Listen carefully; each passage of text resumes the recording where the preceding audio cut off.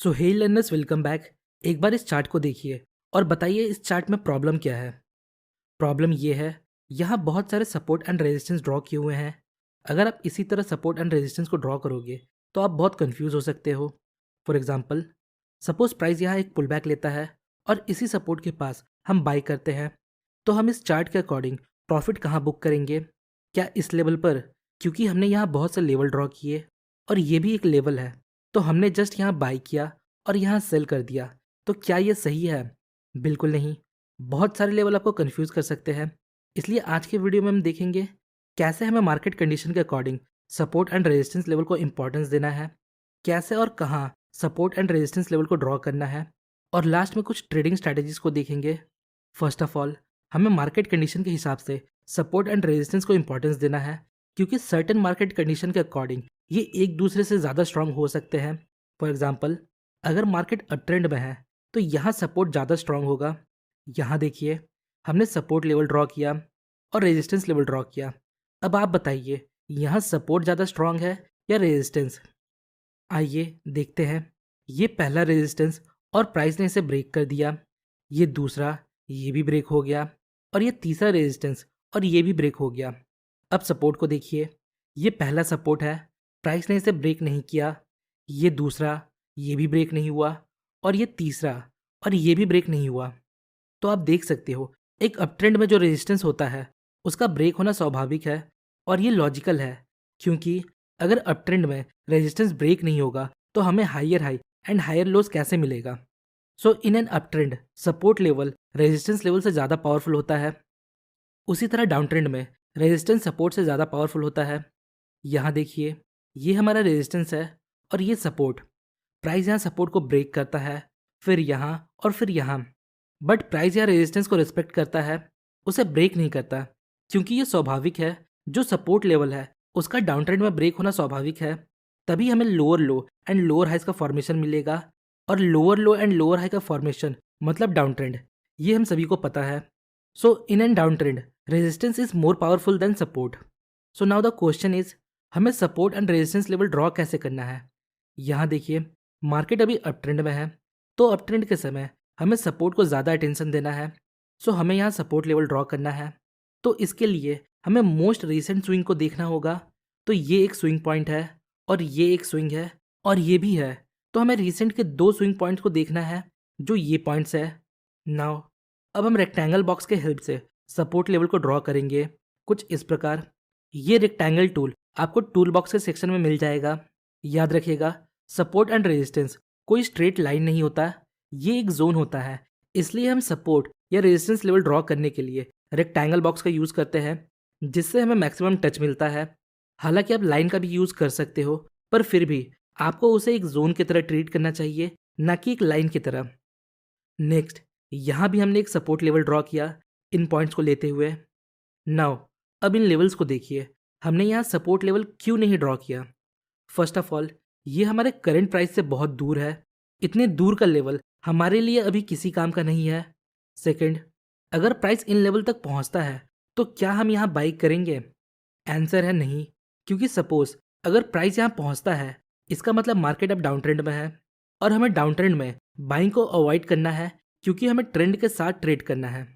आइए कुछ एग्जाम्पल देखते हैं। तो यहाँ मार्केट डाउन ट्रेंड में है, मतलब यहाँ हमें रेजिस्टेंस को ज़्यादा अटेंशन देना है। जब प्राइस रेजिस्टेंस के पास आएगा तो हम प्राइस एक्शन और कैंडलस्टिक को देखकर ट्रेंड के साथ ट्रेड ले सकते हैं। सो हमें रीसेंट दो स्विंग पॉइंट के बेस पर रेजिस्टेंस लेवल ड्रॉ करना है।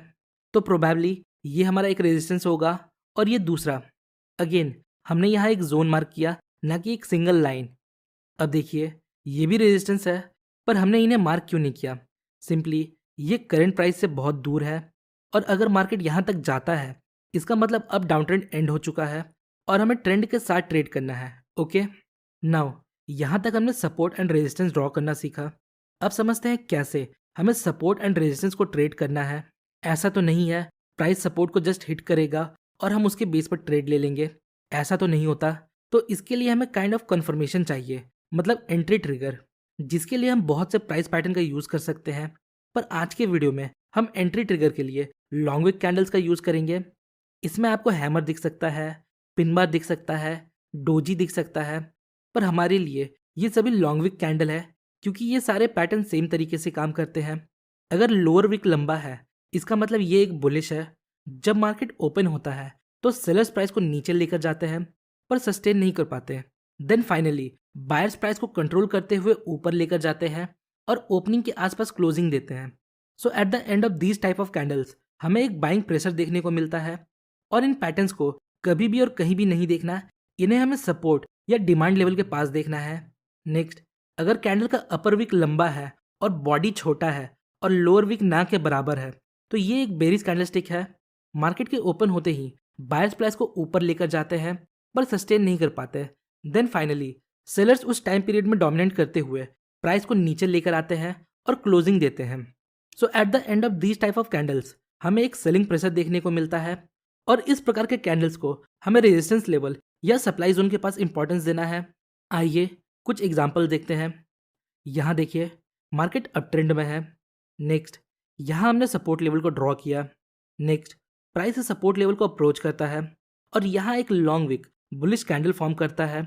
अगर नेक्स्ट कैंडल इसके हाई को ब्रेक करता है तो हम यहाँ ट्रेड ले सकते हैं, और अपना स्टॉप लॉस हम इसके लो के थोड़ा नीचे रखेंगे, और प्रॉफिट बुकिंग के लिए हम रिसेंट स्विंग पॉइंट का यूज़ करेंगे।